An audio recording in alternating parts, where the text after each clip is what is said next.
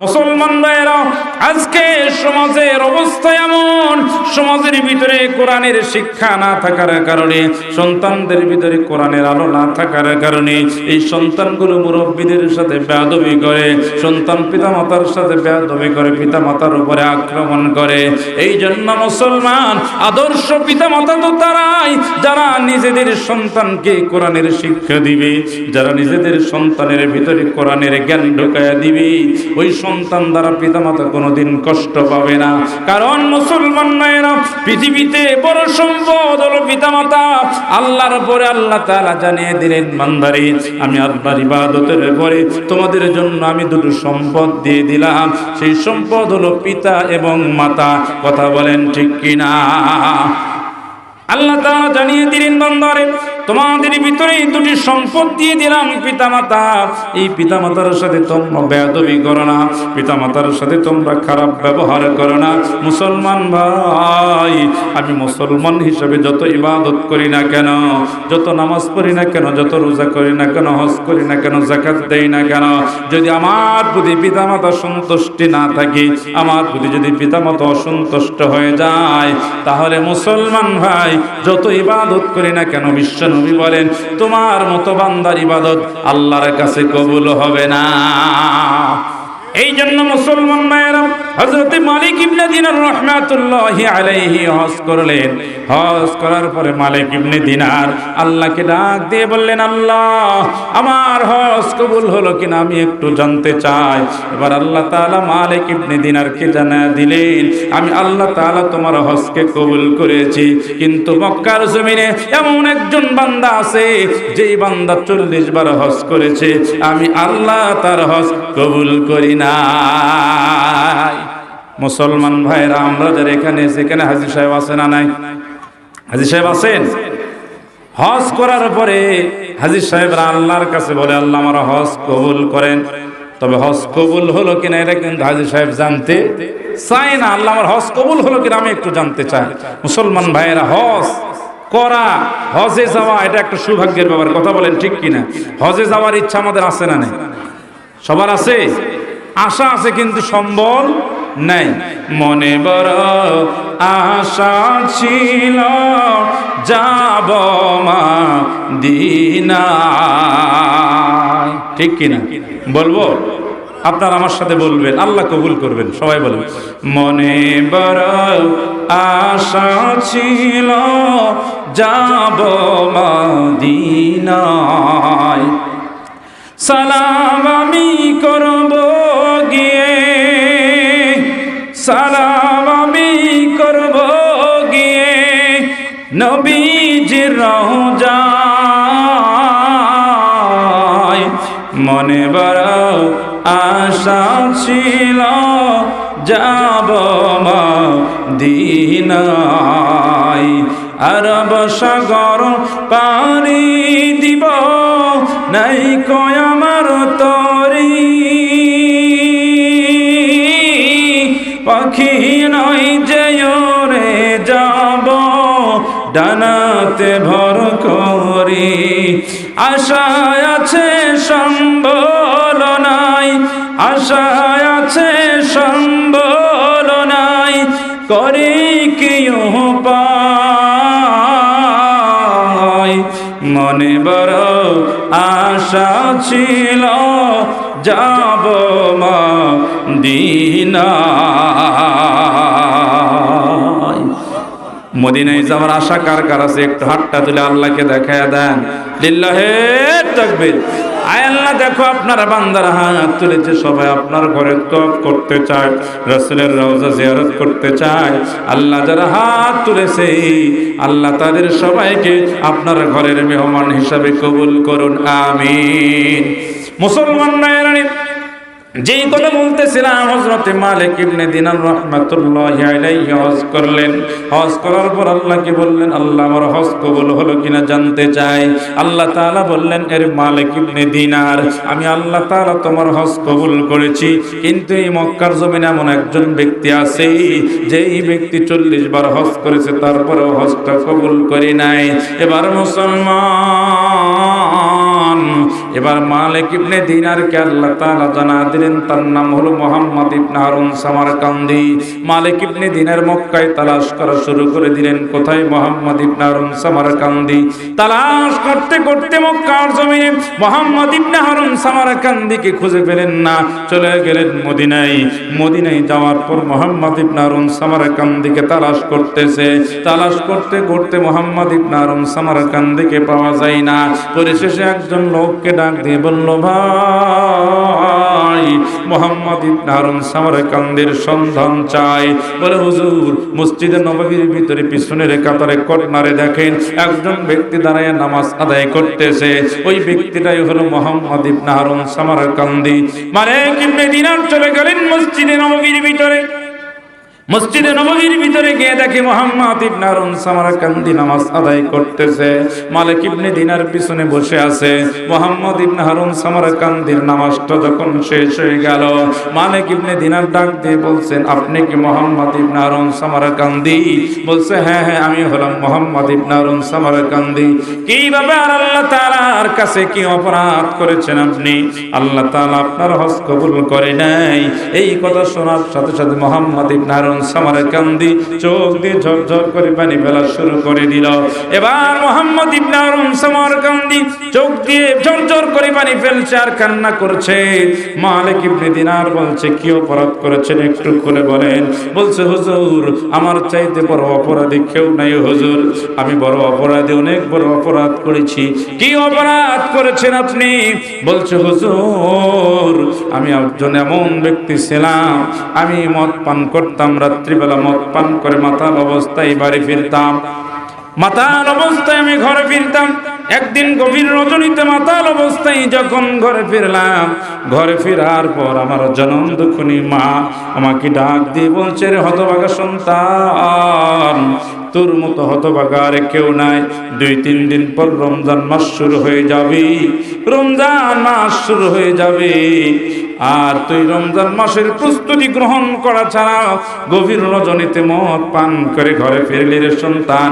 তোর মতো হতভাগা সন্তান দুনিয়ায় বেঁচে থাকার চাইতে মরে যাওয়াই ভালো। মুসলমান মায়েরা, এই যে জনম দুঃখিনী মার সন্তান মদ পানকারী হয়ে গেল, এই দোষটা কি সন্তানের নাকি পিতা মাতার? এই দোষটা হলো পিতা মাতার। কারণ পিতা মাতা যদি ছোটকাল থেকে সন্তানদেরকে সুন্দরভাবে লালন পালন করত, ওই সন্তান কখনো বড় হয়ে মদ পান করতো না। সন্তানের ভিতরে যদি কোরআনের জ্ঞান ঢুকে দিত, ওই সন্তান কোনোদিন মদ পান করতো না। এই জন্য মুসলমান মায়েরা, মা বোনেরা, সকলের উদ্দেশ্যে একটি কথা বলতে চাই। মা বোনেরা যারা আছে, ও মা বোনেরা, তোমরা যদি ভালো হও সন্তানগুলো ভালো হবে। মা বোনদের জিন্দেগি যদি মা ফাতেমার মতো হয়ে যায়, মা ফাতেমা বিশ্ব নবী রাহমাতুল লিল আলামিনের আদরের কন্যা, মা ফাতেমার মতো জিন্দেগি মা বোনদের করতে হবে। কিন্তু আজকের মা বোনেরা ফাতেমার মতো জিন্দেগি করতে চায় না, আয়েশার মতো জিন্দেগি করতে চায় না। আজকের মা বোনেরা পরিমণি হতে চায়। কথা বলেন ঠিক কিনা? এই জন্য মুসলমান মায়েরা, মা ফাতেমা এমন একজন কন্যা, বিশ্ব নবীর কন্যা, যেই মা ফাতেমা সর্বদাই পর্দা করতেন, পর্দা করে চলতেন। বিশ্ব নবীকে আল্লাহ তাআলা জানিয়ে দিলেন জান্নাতি নারীদের সর্দার কে হবেন। বিশ্ব নবী ঘরের ভিতরে চলে আসছে, ঘরের ভিতরে ঢুকে বিশ্ব নবী মুস্কি মুস্কি হাসে। এবার আম্মা জান খাদিজা রাদিয়াল্লাহু আনহা বিশ্ব নবীকে ডাক দিয়ে বলছে, নবী আপনি কেন হাসেন, মুস্কি মুস্কি কেন হাসতেছেন? বিশ্ব নবী বলছেন, আল্লাহ তাআলা ঘোষণা করে দিয়েছে জান্নাতি নারীদের সর্দার কে হবে। এবার এই কথা শোনার সাথে সাথে বিশ্ব নবীর স্ত্রী খাদিজা রাদিয়াল্লাহু আনহা তিনিও হাসতেছেন, তিনিও খুশি হয়েছেন। কারণ জান্নাতি নারীদের সর্দার হয়তো আমিই হব। কথা বলেন ঠিক কিনা? কারণ খাদিজার অবদান ইসলামে কম না বেশি? অনেক বেশি অবদান। খাদিজা মনে মনে ভাবতেছেন হয়তো আমি মুসলমানদের নারীদের, জান্নাতি নারীদের সর্দার হয়তো আমি হব। এই চিন্তা করতে করতে বিশ্ব নবী বললেন, খাদিজা রে, খুশি হওয়ার কোনো কারণ নাই, কারণ যাকে আল্লাহ তাআলা জান্নাতি নারীদের সরদার হিসাবে ঘোষণা দিয়েছেন তিনি আর কেউ নয়, তিনি হলো আমাদের কন্যা ফাতেমা। এই কথা শোনার পর খাদিজা খুশি না বেজার? খাদিজা বেজার হয়ে গেছে। ইসলামের জন্য এত কাজ করলাম, ইসলামের জন্য সম্পদ দিয়ে দিলাম, জীবন দিয়ে দিলাম, এত কিছু দিলাম, তারপরও আমার মেয়ে জান্নাতি নারীদের সর্দার, এটা মেনে নিতে পারতেছে। এবার বিশ্ব নবী আম্মাজান খাদিজা রাদিয়াল্লাহু আনহাকে ডাক দিয়ে বলছেন, খাদিজার মন খারাপের কোনো কারণ নেই। ও খাদিজা, তুমি কি জানো, তুমি কি জানো আমাদের মেয়ে ফাতেমাকে আল্লাহ তাআলা কেন জান্নাতি নারীদের সরদার ঘোষণা করেছে? তুমি কি জানো? বলেন না না, কেন? বলছেন, খাদিজা রে, একটু তুমি খুলে বলো, একটু চিন্তা ভাবনা করে বলো, তুমি যে ইসলাম গ্রহণ করেছো কত বছর বয়সে? খাদিজা বলেন, আমি যখন আপনার সাথে বিবাহে আবদ্ধ হয়েছি তখন বয়স ছিল 40। কথা বলেন ঠিক কিনা? 40 বছর। খাদিজার আর রাসূলের বয়স কত? 25 বছর। আর রাসূল যখন নবুয়ত প্রাপ্ত হলেন রাসূলের বয়স হলো 40। খাদিজারও কত? 55 বছর। কত বছর? 55 বছর বয়সে খাদিজা ঈমান গ্রহণ করেছে। এবার বিশ্বনবী বললেন, খাদিজা, ঈমান সারা অবস্থায় তুমি কতদিন থেকেছো? বলে 45 বছর। এবার বিশ্বনবী বলেন, খাদিজা রে, আমার মেয়ে ফাতেমা ঈমান সারা কয়দিন থেকেছে? এবার বিশ্বনবী আরো বললেন, খাদিজা রে, তুমি যখন ঈমান গ্রহণ করেছো, ঈমান গ্রহণের আগে অনেক মানুষের সাথে ওঠা বসা করেছো, চলাফেরা করেছো, পর্দার লঙ্ঘন হয়েছে।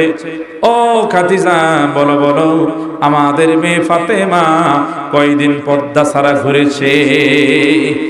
এবার বিশ্বনবী বুঝাইয়া দিলেন, মা ফাতেমা পর্দার ভিতরে ছিল, পর্দা নিষিদ্ধ ছিল, ইবাদত গুজারি ছিল। ইবাদত গুজারি থাকার কারণে মা ফাতেমা জান্নাতি নারীদের সর্দার। এই জন্য মা বোনদেরকে বলতে চাই, মা ফাতেমার জীবন কেমন ছিল? মা ফাতেমা আল্লাহর কাছে যা চাইতেন আল্লাহ তাআলা তা দিয়ে দিতেন। এবার মা ফাতেমা একটা ইহুদি কন্যার সাথে মা ফাতেমার সম্পর্ক হয়ে গেছে। একটা ইহুদি মেয়ের সাথে মা ফাতেমার সম্পর্ক, বান্ধবীর সম্পর্ক। দীর্ঘ 12-13 বছর মা ফাতেমার ইহুদি কন্যার সাথে সম্পর্ক।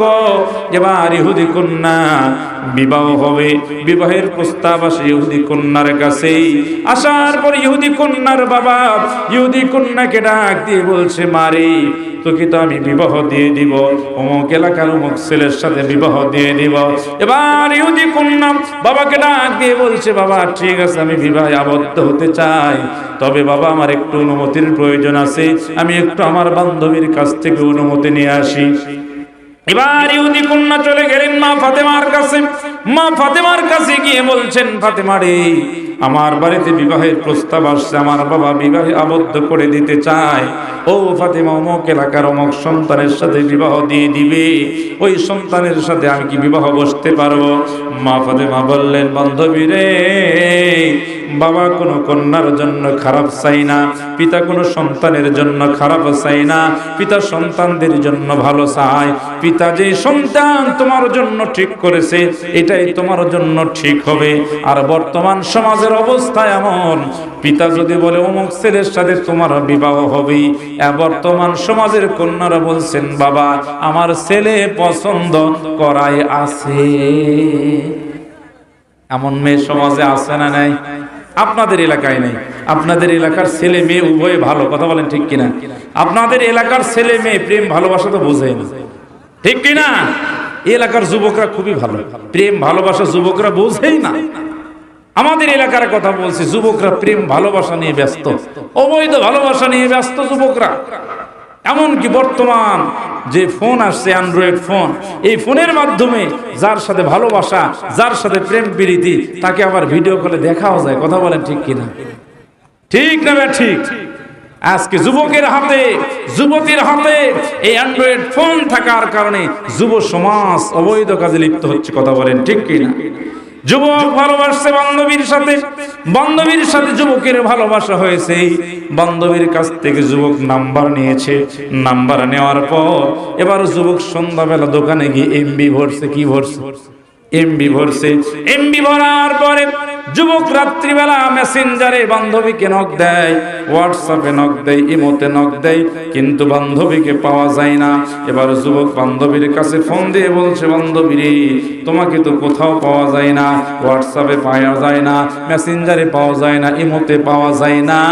এবার বান্ধবী বলছে, ও বন্ধু, আমার তো বাটন ফোন। কি ফোন? আমার তো বাটন ফোন। এবার যুবকের মাথা খারাপ, বাটন ফোনের সাথে কেমনে মেসেঞ্জার আর হোয়াটসঅ্যাপে কথা বলবো। এবার যুবক মনের সুখে গান গাইতেছে, তুমি যার লাগিয়া এমবি ভর, তার তো বাটন ফোন। ঠিক কিনা? যুবকরা বুঝতেছে, তুমি যার লাগিয়া এমবি ভর, তার তো বাটন ফোন। কেমন করে বুঝবে রে সে ডিজিটাল তোর মন, তুমি যার লাগিয়া এমবি ভর, তার তো বাটন ফোন। মেসেজ দিলে সেন্ড করে না, দেয় না তো রিপ্লাই, ভিডিও কলে বলবা কথা, ক্যামেরা তার নাই রে, ক্যামেরা তার নাই। ওরে ডিজিটালে যুগ জামানাই, ডিজিটালে যুগ জামানাই, এনালগ তার মন, তুমি যার লাগিয়া এমবি ভর, তার তো বাটন ফোন। ঠিক কিনা? এই জন্য মুসলমান ভাইয়েরা, যুবক ভাইয়েরা, অবৈধ ভালোবাসাই যাওয়া যাবে না, অবৈধ মিলামেশা করা যাবে না, বিবাহের আগে প্রেম পীড়িত করা যাবে না, হারাম। বাবা যে মেয়ের সাথে বিবাহ ঠিক করবে, ওই মেয়েকে বিবাহ করতে হবে। বাবা কন্যার জন্য যেই ছেলে ঠিক করবে, ওই ছেলের সাথে মেয়েকে বিবাহ বসতে হবে। কথা বলেন ঠিক কিনা? মুসলমান ভাইয়েরা, যে কথা বলতেছিলাম, ইহুদি কন্যা ফাতেমার কাছ থেকে অনুমতি গ্রহণ করলেন, গ্রহণ করে চলে গেলেন বাবার কাছে। বাবাকে গিয়ে বলছে, বাবা, আপনি যে ছেলের সাথে বিবাহ ঠিক করেছেন, সেই ছেলের সাথে আমি বিবাহ বসতে চাই। এবার বলছে, ঠিক আছে, আমি ওই ছেলের সাথে তোমাকে বিবাহ দিব।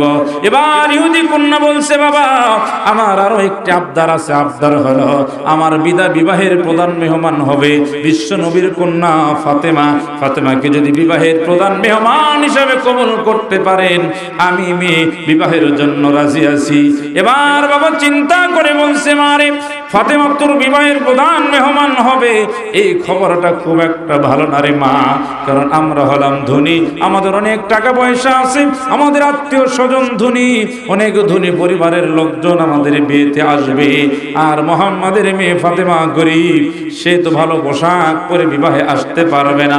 মা, ঠিক আছে, তুই যখন বলছিস তোর আবদার মেনে নিলাম, তবে আমার একটি শর্ত হলো, ফাতেমা যদি নতুন কাপড় পরে বিবাহে আসতে পারে, আমি বাবা ফাতেমাকে বিবাহের প্রধান মেহমান হিসাবে কবুল করো। এবার ইহুদি কন্যা চলে গেলেন ফাতেমার কাছে। যাওয়ার পর বলছে, বান্ধবী রে, আমি আমার বাবাকে হ্যাঁ বলে দিয়েছি, বাবা আমার বিবাহের প্রস্তুতি গ্রহণ করছে, তবে বান্ধবী রে, আমার বিবাহের প্রধান মেহমান হিসাবে আমি তোমাকে দাওয়াত দিলাম। এবার ফাতেমা খুশি হয়েছে, কিন্তু ইহুদি কন্যা চোখ দিয়ে ঝরঝর করে পানি ফেলছে। ফাতেমা বলে, বান্ধবীর কেন তুমি কান্না করেছ?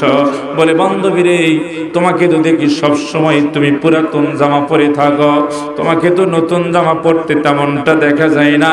বান্ধবীর, আমার বাবা শর্ত দিয়েছে, আমার বিবাহের প্রধান মেহমান হিসাবে তোমাকে কবুল করবে একটা শর্তেই, যদি তুমি নতুন পোশাকের ব্যবস্থা করতে পারো, নতুন কাপড় গায়ে দিয়ে আসতে পারো। ফাতেমা বলছে, বান্ধবীর চিন্তা করিস না, যেভাবে হোক আমি নতুন পোশাকের ব্যবস্থা করে ফেলবো। ইহুদি কন্যা চলে গেলেন বাড়িতে। এবার ফাতেমা রাদিয়াল্লাহু আনহা একের পর একদিন চলে যায়। কয়েকদিন পর বান্ধবীর বিবাহ হবে, নতুন কাপড় কোথায় পাবে? বাড়িতে ঠিক মতো খাবারও পারে না, বিশ্ব নবীর কাছে গিয়ে বলতেও পারে না, বাবা আমার একটা নতুন কাপড়ের ব্যবস্থা করে দেন। কারণ বিশ্ব নবীর দরবারে অনেক অসহায় সাহাবীরা বসে আছে, যারা এক মুঠো খাবারের জন্য বসে আছে। মা ফাতেমা তাদের দিকে লক্ষ্য করছে আর চিন্তা করছে, সাহাবারা খাবারের জন্য বসে আছে, খাবার পায় না, আমি বাবার কাছে কেমন করে বলি, বাবা গো, আমার একটা নতুন কাপড়ের প্রয়োজন। এবার ফাতেমা বাবাকে বলতে পারে না, বাবাকে বলার সাহস পায় না। একের পর একদিন চলে যায়, আর একদিন দিন বাকি, আগামীকাল বান্ধবী ইহুদি কন্যার বিবাহ হয়ে যাবে। মা ফাতেমা কোনো নতুন পোশাকের ব্যবস্থা করতে পারে নাই। এবার রাত্রিবেলা মা ফাতেমা নামাজে দাঁড়ায় গেলেন। নামাজ আদায় করে আল্লাহ তাআলার কাছে দুহাত তুলে আল্লাহকে বলছেন, আল্লাহ আমি ফাতেমা কেমন আপনি ভালো জানেন। আমি ফাতেমা আপনার পরিপূর্ণ ইবাদতগুলো করার চেষ্টা করেছি গো আল্লাহ। আমি ফাতেমা কারোর সামনে বেপরদায় যাই নাই। আমি ফাতেমা আপনার হুকুমগুলো ঠিক মতো পালন করেছি। ও গো আল্লাহ, আমি ফাতেমা আপনার কাছে এতদিন কিছু চাই নাই। ও গো আল্লাহ, আগামীকাল আমার বান্ধবীর বিবাহ হবে, শর্ত দিয়েছে নতুন পোশাক পরে যেতে হবে। ও গো আল্লাহ, সাহাবীরা ক্ষুধার যন্ত্রণায় ছটফট করে আমি বাবার কাছে কেমন করে নতুন কাপড়ের কথা বলবো, নতুন পোশাকের কথা বলবো। ওগো আল্লাহ, আপনি আমাকে অপমান করবেন না, আপনি আমাকে একটা নতুন কাপড়ের ব্যবস্থা করে দিন। মা ফাতেমা আল্লাহর কাছে দোয়া করলো। দোয়া করে ফাতেমা মোনাজাত শেষ করে জায়নামাজটা ভাঁজ করছে। জায়নামাজ ভাঁজ করি জায়নামাজটা তক্তায় রাখার জন্য চলে গেল। জায়নামাজটা তক্তায় রাখবে, তক্তার দিকে তাকায় দেখে নতুন একটি প্যাকেট দেখা যায়। আল্লাহু আকবার। ফাতেমা নতুন একটি প্যাকেট দেখতে পেলেন। এবার ফাতেমা প্যাকেটটি নিচে নামালেন। নামার পরে ফাতেমা প্যাকেট খুলে দেখে প্যাকেটের ভিতরে নতুন নতুন কাপড় দেখা যায়। এবার ফাতেমা রাদিয়াল্লাহু আনহা আশ্চর্য হয়ে গেলেন। গভীর রজনী, রাত্রিবেলা আমার ঘরেতে কেউ প্রবেশ করে নাই, প্রবেশ করতে পারে নাই। আমার ঘরে নতুন পোশাকের প্যাকেটটা কোথায় থেকে আসলো? ফাতেমা চলে গেলেন বিশ্ব নবীর দরবারে, বাবার কাছে চলে গেলেন। বাবার কাছে গিয়ে প্যাকেটটা বাবার সামনে পেশ করলেন। পেশ করে বললেন, বাবা, রাত্রিবেলা আমি নামাজ আদায় করে দেখি তক্তার উপরে এই প্যাকেটটা দেখা যায়। বাবা, আমি বলছি বাবা, আমার ঘরে কোনো যুবক প্রবেশ করে নাই, কেউ প্রবেশ করে নাই বাবা, তারপরেও এই প্যাকেটটা কোথায় থেকে আসলো? এবার বিশ্ব নবী বলছেন, ফাতেমা রে, ঘটনাটা কি একটু খুলে বলো। মা ফাতেমা বললেন, বাবা, আল্লাহর কাছে আমি আল্লাহর কাছে দোয়া করেছি, আল্লাহর কাছে চেয়েছি। এবার বিশ্ব নবী ফাতেমাকে ডাক দিয়ে বলে, ফাতেমা রে, চিন্তার কোনো কারণ নাই, পেরেশানের কোনো কারণ নাই। তোর ঘরে যেই প্যাকেট দেখা যায় আর প্যাকেটের ভিতরে যেই কাপড়গুলো দেখা যায়, এই প্যাকেটের কাপড়গুলো দুনিয়ার কোনো ঢাকা নেই মার্কেটের কাপড় নয়, বসুন্ধরা সিটির কাপড় নয়, বদলগাজী মার্কেটের কাপড় নয়। এই প্যাকেটের কাপড়গুলো জান্নাতের মার্কেটের কাপড়। আল্লাহু আকবার। মুসলমান ভাইয়েরা, মা বোনেরা, মা ফাতেমার জীবনী কেমন ছিল, মা ফাতেমা আল্লাহর কাছে কেমন করে চেয়েছেন, আল্লাহ কেমন করে সাহায্য করলেন, আর আমরা আল্লাহর কাছে কেমন করে সাহায্য চাই, কেমন জিন্দেগি আমরা পালন করছি, আল্লাহর কাছে চাই, তারপরে আল্লাহ আমাদেরকে দিতে চায় না। এবার মা ফাতেমা নতুন পোশাক পরেছে, নতুন পোশাক পরে বান্ধবীর বিবাহের উদ্দেশ্যে রওনা দিয়েছে। যাইতে যাইতে যখন ইহুদির বাড়িতে প্রবেশ করেছে, প্রবেশ করার পর বান্ধবী ফাতেমাকে দেখে খুশি হয়ে বাবার কাছে দৌড় দিয়ে উপস্থিত হয়ে বলছেন, আব্বা জান, আমার বিবাহের প্রধান মেহমান বিশ্ব নবীর কন্যা ফাতেমা উপস্থিত হয়েছে। ইহুদি খুশি না বেজার? বেজার হয়ে গেছে। এত শর্ত দিলাম, এত কঠিন শর্ত দিলাম, তারপরে ফাতেমা আসছে। ফাতেমা যে আসছে, ফাতেমা নতুন পোশাক পরে আসছে নাকি পুরাতন পোশাক পরে? ইহুদি কন্যা বাবাকে ডাক দিয়ে বলছেন, আব্বা জান, ফাতেমা যেই পোশাক পরে আসছে বাবা, ওই ফাতেমার পোশাক তো পুরাতন পোশাক নয়। ফাতেমা এমন পোশাক পরেছে, এমন দামি পোশাক পরেছে, আপনার বাড়ির কোনো মেহমান, কোনো কোটিপতি মেহমান এত দামি পোশাক পরতে পারে না। আল্লাহু আকবার। এত দামি পোশাক পরতে পারে নাই। এবার ফাতেমার বান্ধবী বাবাকে যখন এই কথা জানিয়ে দিলেন, বাবা বলল, আচ্ছা ঠিক আছে, ফাতেমাকে বসতে দাও, খাবার দাও। এবার মুসলমান ভাইরা, ফাতেমা যখন ঘরে প্রবেশ করেছে, ইহুদি কন্যারা, ইহুদি মেয়েরা ফাতেমার কাছে উপস্থিত হয়ে ফাতেমার জামাটা নাড়া দেয়, নারে আর দেখি এত সুন্দর কাপড় বিশ্বনবীর মেয়ে ফাতেমা কোথায় পাইল? কারণ মহিলাদের একটা স্বভাব হলো, মহিলাদের একটা স্বভাব হলো যেই পোশাক কারু গায়ে নতুন পোশাক দেখলে ওই পোশাক নেওয়ার আগ্রহ মা বোনদের বেড়ে যায়। কথা বলেন ঠিক কিনা? নতুন পোশাক দেখলে হয়, পোশাক নিচে সামনে ঈদ আসতেছে, কি আসতেছে? ঈদ আসতেছে, আর মা বোনরা চিন্তা করতেছে এই ঈদে নতুন পোশাক কি আসে, যেটাই আসুক ওটাই নেওয়া লাগবে। কথা বলেন ঠিক কিনা? নতুন পোশাক যেটাই আসুক ওটাই নিতে হবে। মা বোনরা ঈদ আসতেছে, মার্কেট নিয়ে ব্যস্ত। রমজান মাস আসতেছে, ইবাদতের চিন্তা নেই। রমজান মাস গুনাহ মাফের মাস, রহমতের মাস, বরকতের মাস, ওই চিন্তা নেই। রমজান মাস আসতেছে, রমজানের পরে ঈদ, এখন থেকে চিন্তা শুরু হয়ে গেছে মার্কেট করতে হবে, নতুন পোশাক কোনটা আসলো। এখন বর্তমানে মার্কেট জাকজমক, মার্কেট সাজায়া ফেলছে, ঈদের প্রস্তুতি গ্রহণ করছে, নতুন নতুন পোশাক দোকানে তুলতেছে। কথা বলেন ঠিক কিনা? মুসলমান ভাইয়েরা, মা বোনদের স্বভাব হলো যদি কোনো মেয়ের গায়ে নতুন পোশাক দেখে, ভালো একটা পোশাক দেখে, বলে কি ব্যাপারে এই পোশাকটা তুমি কোন মার্কেট থেকে কিনছো, কোন দোকান থেকে কিনছো, কত দাম দিয়ে কিনছো, আমি একটু কিনতে চাই। কথা বলেন ঠিক কিনা? মুসলমান ভাইয়েরা, মা ফাতেমার কাপড় ধরে ইহুদি কন্যারা দেখতেছে আর বলছে, ফাতেমা এত সুন্দর কাপড় তোমার গায়ে তুমি পরেছো, এত সুন্দর কাপড়। ফাতেমা বলো তো বলো, এই কাপড় কোন মার্কেট থেকে ক্রয় করেছ, কোন দোকান থেকে ক্রয় করেছ, কত টাকা দিয়ে ক্রয় করেছ? এবার ফাতেমা বলে, ও ইহুদি মেয়েরা শোনো শোনো, আমি যেই মার্কেট থেকে কাপড়টা ক্রয় করেছি, যেই দোকান থেকে কাপড়টা ক্রয় করেছি, ওই দোকান তো চিনা দূরের কথা, ওই মার্কেট তো চিনা দূরের কথা, ওই মার্কেটের রাস্তায় তোমরা চিনো না, ওই মার্কেটের রাস্তায় তোমরা চিনো না। ইহুদি কন্যারা বলছে, ফাতেমা বলো বলো কোন মার্কেট থেকে কিনেছো, আমরা সেই মার্কেটে যেতে চাই। মুসলমান ভাইয়েরা কিতাবের ভিতরে লেখেন, কিতাবের ভিতরে লেখেন, ফাতেমা তাদেরকে জানিয়ে দিলেন ওই মার্কেটের নাম হলো জান্নাত, আর ওই মার্কেটের রাস্তার নাম হলো ইহদিনাস সিরাতাল মুস্তাকিম। আল্লাহু আকবার। ওই মার্কেটের রাস্তা হলো সিরাতে মুস্তাকিমের রাস্তা, মার্কেটের নাম হলো জান্নাত। আর এই মার্কেটে যদি যেতে চাও একটা পাসওয়ার্ড আছে, এটা তোমাদের মুখস্থ করতে হবে। এই পাসওয়ার্ড যদি তোমরা মুখস্থ করতে পারো তাহলে তোমরা ওই মার্কেটের রাস্তার সন্ধান পাবা, মার্কেট চিনতে পারবা। এবার ইহুদি কন্যারা বলতে লাগলো, ফাতেমা পাসওয়ার্ডটা বলো, আমরা সেই পাসওয়ার্ড মুখস্থ করতে চাই। এবার ফাতেমা জবান দিয়ে উচ্চারণ করলেন, লা ইলাহা ইল্লাল্লাহু মুহাম্মাদুর রাসূলুল্লাহ সাল্লাল্লাহু আলাইহি ওয়াসাল্লাম। ফাতেমা যখন কালিমা পড়ে তাদেরকে জানিয়ে দিলেন এটা হলো পাসওয়ার্ড, এই পাসওয়ার্ড যদি তোমরা মুখস্থ করতে পারো তোমরা সিরাতে মুস্তাকিমের রাস্তার সন্ধান পাবে। আর যখন সিরাতে মুস্তাকিমের রাস্তার সন্ধান পাবে, এই রাস্তা দিয়ে তোমরা জান্নাতের মার্কেটে যেতে পারবা। কিতাবের ভিতরে লেখে, এই কথা বলার সাথে সাথে ওইখানকার অসংখ্য ইহুদি মেয়েরা ফাতেমার হাতে হাত রেখে কালেমা পড়ে মুসলমান হয়েছে।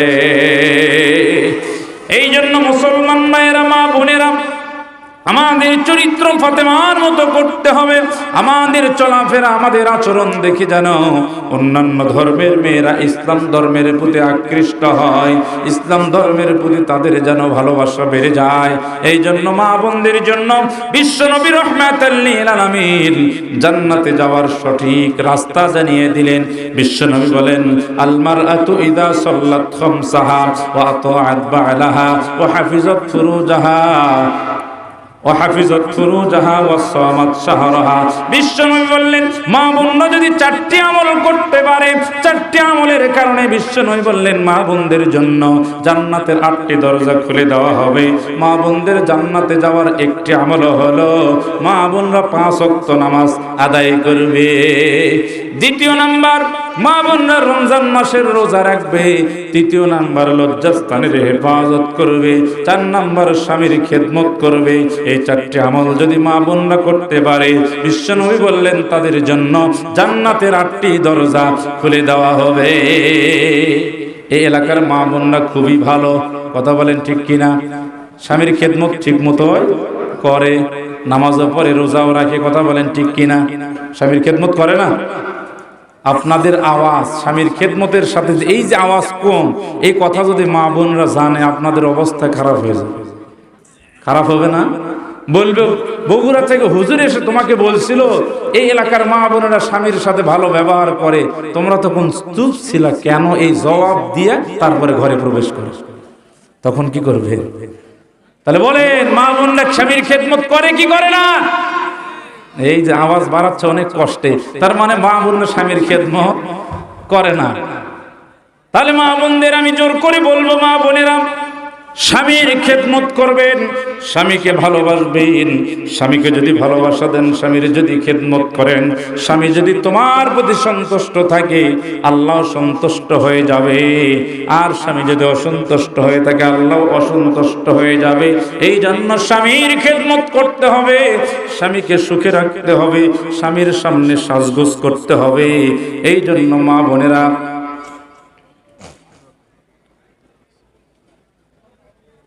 মুসলমান ভাইয়েরা, মা বোনেরা স্বামীর খেদমত করবেন। স্বামীর যদি খেদমত করেন, স্বামীরাও ভালোবাসবে, স্বামীকে ভালোবাসা দিবেন, স্বামীর সামনে সাজবেন। কিন্তু আজকের মা বোনেরা যখন অন্য কোনো অনুষ্ঠানে যায়, সেজে গুজে মেকআপ করে নতুন পোশাক পরে যায়, আর স্বামীর সামনে পুরাতন পোশাক পরে পাগলির মতো ঘরে, কথা বলেন ঠিক কিনা? সাজতে হবে স্বামীর সামনে। স্বামীর সামনে আপনি সাজবেন, সেজে গুজে স্বামীর সামনে যাবেন, স্বামীর সেবা করবেন, স্বামী ভালোবাসবে, কথা বলেন ঠিক কিনা? এই জন্য মা বোনেরা স্বামীর খেদমত করবেন। আর যারা স্বামী আছেন, শুধু মা বোনেরা খেদমত করবে না, স্বামীরাও করতে হবে। সারা জীবন মা বোনেরা আমার বলবে, হুজুর আসছে, হুজুর খেলি আমার স্বামীদের পক্ষেই কথা বলতেছে পারে, হ্যাঁ আমরা মা বোনদের বিপক্ষে চলে গেছে, হুজুর আমাদের পক্ষে একটাও কথা বলতেছে না। এই জন্য যারা স্বামী আছেন তাদেরকেও বলবো, আপনারাও মা বোনদের খেদমত করবেন, সেবা করবেন, স্ত্রীর সেবা করবেন, স্ত্রীর কাজে সহযোগিতা করবেন। সারা জীবন স্ত্রী আপনার কাপড় ধুয়ে দিল, আপনি কয়দিন স্ত্রীকে বলছেন, বিবি তোমার কয়টা কাপড় ময়লা হয়েছে একটু দাও ধুয়ে দিই? বলছেন কোনদিন? আহা, সারা জীবন স্ত্রী আপনার পোশাক ধুয়ে দিচ্ছে, কাপড় ধুয়ে দিচ্ছে, একটা দিন বললেন না, ও স্ত্রী তোমার কাপড়টা তো একদিন আমি ধুয়ে দিই? স্ত্রীর কাজে কোনোদিন সহযোগিতা করলেন না। বাড়িতে গেলে স্ত্রী আপনার ভয়ে থরথর করে কাঁপে, আর বলো ওই যে দেখো ফেরাউন আছে। ফেরাউন মার্কা স্বামী আছে না নাই? স্ত্রীর সামান্য ত্রুটি হলে মার শুরু হয়ে যায়, কথা বলেন ঠিক কিনা? এরকম স্বামী আছে না নাই? স্ত্রীর ত্রুটির কারণে তাকে প্রহার করা যাবে না, আঘাত করা যাবে না, মারা যাবে না, তাদেরকে ভালোবাসতে হবে, তাদের কাজে সহযোগিতা করতে হবে। বিশ্বনবী সহযোগিতা করেছেন, মা আয়েশার সাথে বিশ্বনবী রুটি বানাইছেন, কাজে সহযোগিতা করেছেন। বিশ্বনবী রাহমাতাল লিল আলামিন 11 জন স্ত্রীকে একসাথে খুশি রাখছেন, আর আমরা একজন স্ত্রী খুশি রাখতে পারি না, কথা বলেন ঠিক কিনা? সকালে খুশি হলে বিকালে বেজার, বিকালে খুশি হলে সকালে বেজার, কথা বলেন ঠিক কিনা? একজনকে খুশি রাখতে পারি না। একদিন বিশ্বনবী রাহমাতাল লিল আলামিনকে 11 জন স্ত্রী জিজ্ঞাসা করছেন, ইয়া রাসূলুল্লাহ, ইয়া হাবিবাল্লাহ, আপনি কোন স্ত্রীকে বেশি ভালোবাসেন বলেন তো? এবার রাসূল বেকায়দায় পড়ে গেছে, কোন স্ত্রীর নাম নেবে? এবার রাসূল চিন্তা করতেছে কার কথা বলি। রাসূল চিন্তা করে বলছে, ঠিক আছে আগামীকাল সকালবেলা আমি বলে দিব কোন স্ত্রীকে বেশি ভালোবাসি। বিশ্বনবী রাহমাতাল লিল আলামিন রাত্র যখন গভীর হয়ে গেল, 11 জন স্ত্রীর ঘরে বিশ্বনবী প্রবেশ করলেন। প্রত্যেকটা স্ত্রীর হাতে হাতে 2টো করে খেজুর দিলেন। কয়টা খেজুর? প্রত্যেকটা স্ত্রীর হাতে হাতে 2টো করে খেজুর দিলেন। আর স্ত্রীদেরকে বললেন, তোমাকে যে 2টো খেজুর দিলাম, এই খবর জানো অন্য কোনো স্ত্রী না জানে। 11 জন স্ত্রীর ঘরে 2টা করে খেজুর, কেউ জানে না। একজন স্ত্রীর খবর আর একজন স্ত্রী জানে না। সকাল হয়ে গেল, বিশ্বনবী রাহমাতুল লিল আলামিন স্ত্রীদেরকে ডাকলেন। স্ত্রীরা এসে বলছেন, ইয়া রাসূলুল্লাহ, ইয়া হাবিবাল্লাহ, আপনি কোন স্ত্রীকে ভালোবাসেন একটু বলেন। মা আয়েশা মনে মনে ভাবতেছেন আমার কথাই বলবে, মা আয়েশা ভাবছেন আমার কথা বলবে। স্ত্রীরা চিন্তা করতেছেন কার কথা বিশ্বনবী বলেন। এবারে বিশ্বনবী বললেন, ও স্ত্রীরা শোনো, গতকাল রাত্রিবেলা যে স্ত্রীর ঘরে ঢুকে যে স্ত্রীর হাতে দুটা খেজুর দিয়েছি, ওই স্ত্রীকেই আমি বেশি ভালোবাসি। কয়জন স্ত্রী খুশি? 11 জনই খুশি, কারণ খেজুর তো গেছে 11 জনের হাতে। এখন যে স্ত্রী পাইছে সে মনে করতেছে আমাকে বেশি ভালোবাসে, 11 জনে মনে মনে ভাবতেছে আমাকে বেশি ভালোবাসে। আর আমরা একজনা খুশি রাখতে পারি না, কারণ আমরা ভালোবাসা বৈধ কাজে ব্যবহার করি না, ভালোবাসা চলে গেছে অবৈধ কাজে। কথা বলেন ঠিক কিনা? ভালোবাসার যে একটা শব্দ আছে, ইংরেজি শব্দ, বলেন তো নাম কি? ভালোবাসার ইংরেজি শব্দ কি? আই লাভ ইউ, মানে কি? আমি তোমাকে ভালোবাসি। আচ্ছা, আপনারা যারা স্বামী আছেন কোনদিন স্ত্রীকে যা বলছেন আই লাভ ইউ বলছেন? আচ্ছা, এটা বলা কি না জায়েজ? জায়েজ না না জায়েজ? জায়েজ। অথচ আপনারা স্বামীরা কোনদিন স্ত্রীকে গিয়ে বললেন না আই লাভ ইউ, অথচ যুবকরা বান্ধবীকে সারাদিন বলতেছে আই লাভ ইউ বলতে বলতে লিখতে লিখতে শেষ, তারপরও বান্ধবীরা উত্তর দিচ্ছে না। আর আপনারা স্বামীরা একবার স্ত্রীকে যে একটু বলবেন আই লাভ ইউ, এই কথাটা বললে স্ত্রী খুশি না বেজার? একদিনও বললেন না। আচ্ছা বলেন তো, ভালোবাসার একটা ফুল আছে, নাম কি? নাম কি? এটাও জানে, গোলাপ ফুল। ভালোবাসার ফুলের নাম কি?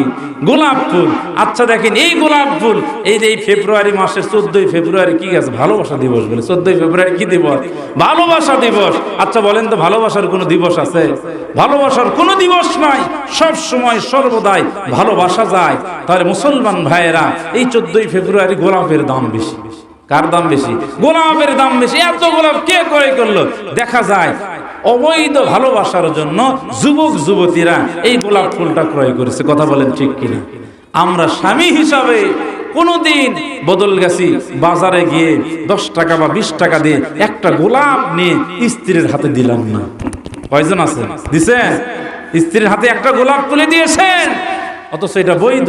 বৈধ ভালোবাসা, বৈধ ভালোবাসা শব্দ আই লাভ ইউ, বৈধ ভালোবাসা ফুল, গোলাপ ফুল। এই জন্য মুসলমান ভাইয়েরা, যদি বাজার থেকে এত টাকা পয়সা খরচ করতেছেন, 10 টাকা বা 20 টাকা দিয়ে একটা গোলাপ ফুল কিনেন, রাত্রিবেলা কাপড়ের ভিতরে গোলাপটা লুকিয়ে রাখেন, রাত্রিবেলা ঘরে প্রবেশ করে স্ত্রীর সামনে গিয়ে বলবেন আই লাভ ইউ, সাথে সাথে লাল গোলাপটা হাতে তুলে দিবেন, দেখবেন আপনার ভালোবাসার অভাব হবে। মুসলমানরা এই বৈধ ভালোবাসা বোঝে না, খালি বলে স্ত্রী আমাকে ভালোবাসে না, স্ত্রী কথা শোনে না, স্ত্রী সেবা করে না। তাহলে স্ত্রীকে যদি আপনি ভালোবাসা না দেন, তাহলে স্ত্রীর সেবা করবে না। এই জন্য মুসলমান মায়ের স্ত্রীকে বৈধ ভালোবাসা দিতে হবে। শুধু তাই নয়, বিশ্বনবী রাহমাতুল লিল আলামিন আরো একটি আমল শিক্ষা দিলেন, যে আমলের মাধ্যমে ঘরে ভালোবাসা সৃষ্টি হবে, ঘরে রহমত বরকত সৃষ্টি হবে।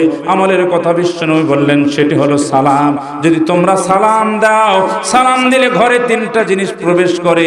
1 নম্বর শান্তি, 2য় রহমত, 3য় বরকত। কারণ ঘরের ভিতরে প্রবেশ করে আপনি স্ত্রীকে বলবেন আসসালামু আলাইকুম ওয়া রাহমাতুল্লাহি ওয়া বারাকাতুহু, আল্লাহ তাআলা শান্তি দিবেন, রহমত দিবেন, বরকত দিবেন। কথা বলেন ঠিক কিনা?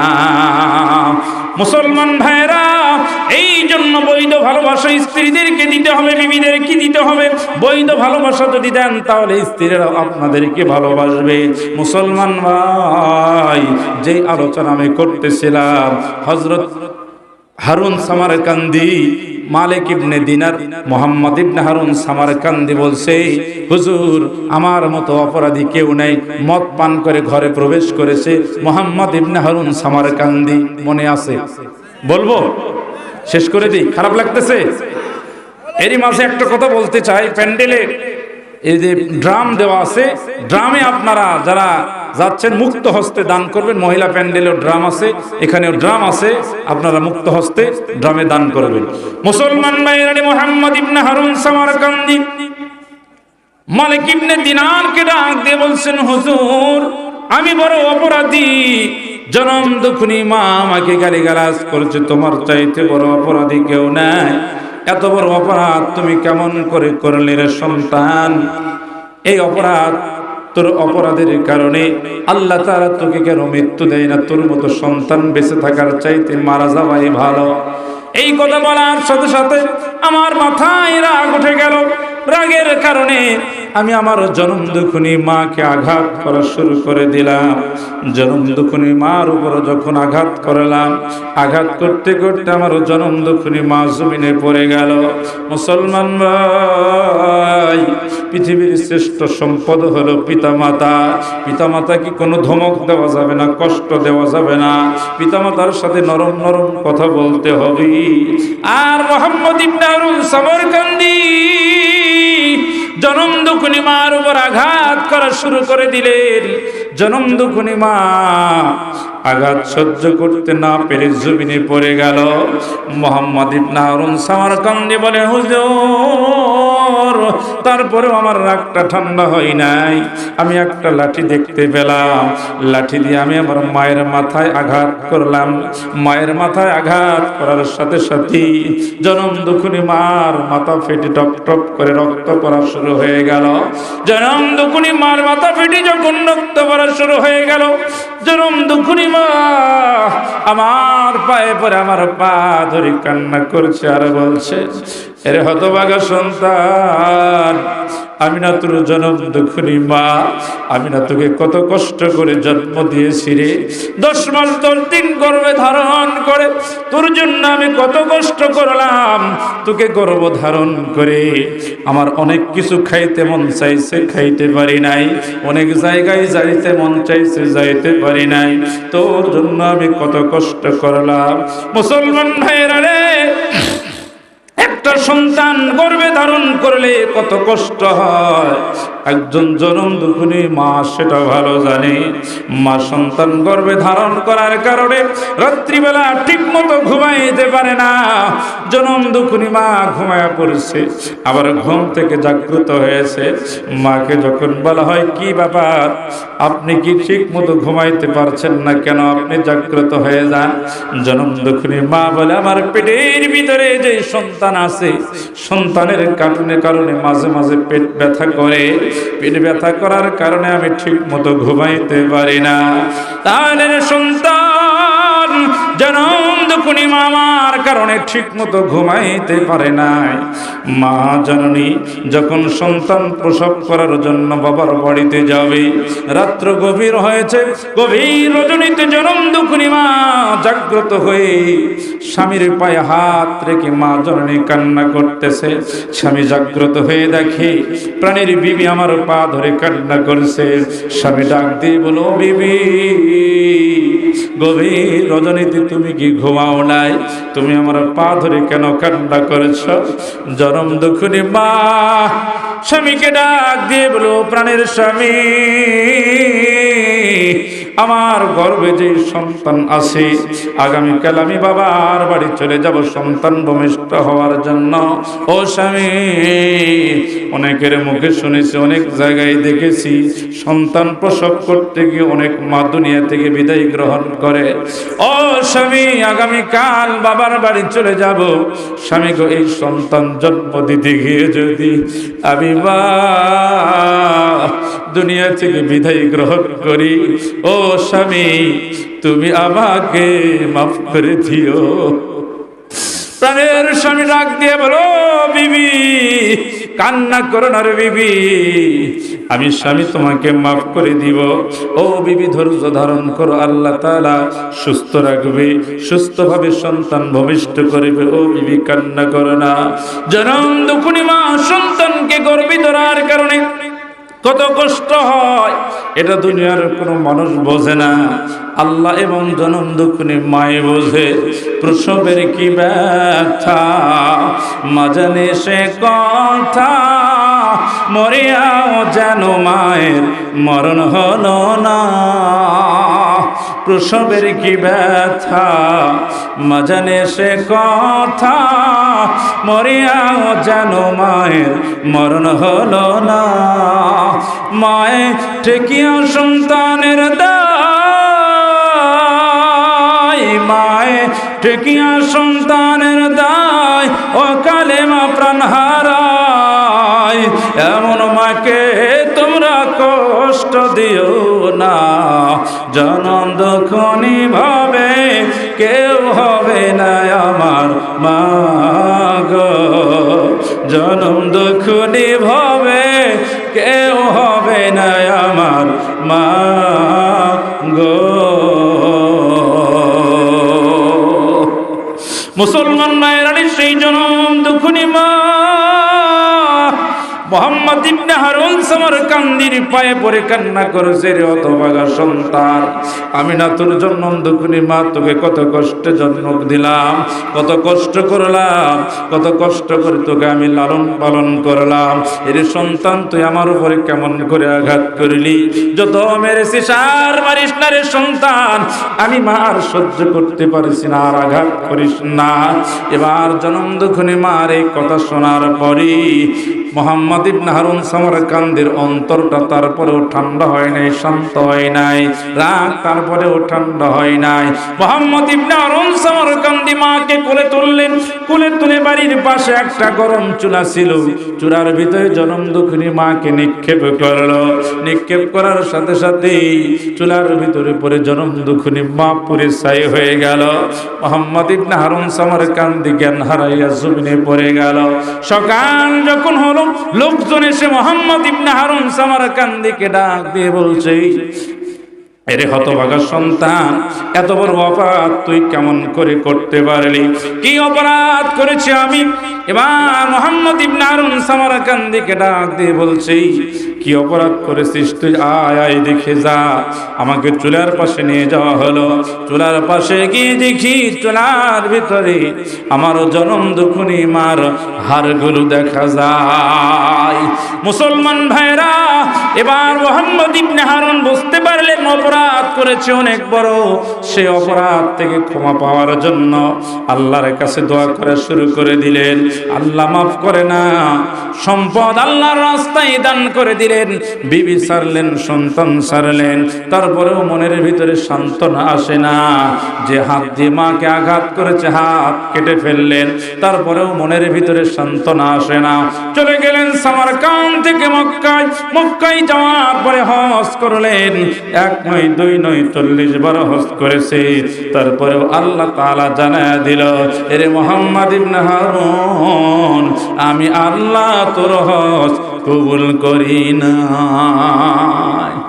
এই জন্য মুসলমান ভাইয়েরা যে কথা বলতেছিলাম, সন্তানের ভিতরে যদি দ্বীনের শিক্ষা না থাকে, সন্তানের ভিতরে যদি কোরআনের শিক্ষা না থাকে, তাহলে ওই সন্তানটা পিতামাতার সাথে বেয়াদবি করবে, ওই সন্তানটা মুরব্বীর সাথে বেয়াদবি করবে, ওই সন্তান একদিন কোরআনের বিরুদ্ধে কথা বলবে। কথা বলেন ঠিক কিনা? এই জন্য মুসলমান ভাইয়েরা, সন্তানদেরকে কোরআনের শিক্ষা দিতে হবে। আপনি আলেম বানাবেন এটা বড় শর্ত নয়, আলেম বানাতেই হবে না, না হাফেজ বানাতেই হবে না, না আপনার ইচ্ছা থাকলে, বেশি কিছু পাওয়ার আশা থাকলে, আল্লাহর কাছে বেশি সম্মানের আশা থাকলে আপনি সন্তানকে হাফেজ আলেম বানাতে পারেন। আর যদি হাফেজ আলেম নাও বানান, সন্তানকে ডাক্তার বানাবেন, ইঞ্জিনিয়ার বানাবেন, জজ বানাবেন, ব্যারিস্টার বানাবেন, যেটাই বানান না কেন, ওই সন্তানের শুরুতে, শুরুর জীবনে যদি কোরআনের শিক্ষা থাকে, ওই সন্তান বড় হয়ে যত বড় অফিসার হোক না কেন, ওই সন্তান কোনোদিন ইসলামের বিরুদ্ধে কথা বলবে না। কথা বলেন ঠিক কিনা? এই জন্য মুসলমান ভাইয়েরা, আজকে যে মাদ্রাসার মাহফিল, এই মাদ্রাসা কিন্তু 2 ভাগে বিভক্ত। কয় ভাগে? 2 ভাগে বিভক্ত।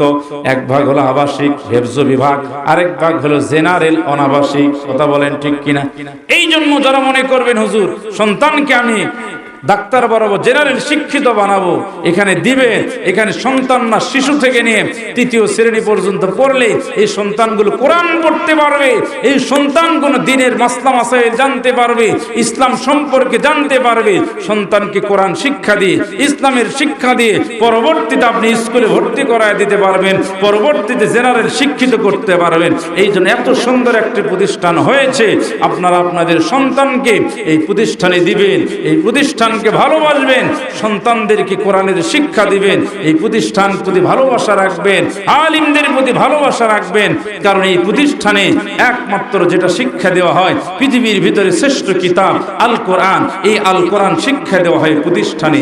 এই জন্য মুসলমান ভাইয়েরা, এই প্রতিষ্ঠানের সাথে যদি ভালোবাসা থাকে, কোরআনের সাথে ভালোবাসা থাকবে, আলিমদের সাথে ভালোবাসা থাকলে কোরআনের সাথে ভালোবাসা থাকবে, তলবে ইলমদের সাথে ভালোবাসা থাকলে কোরআনের সাথে ভালোবাসা থাকবে।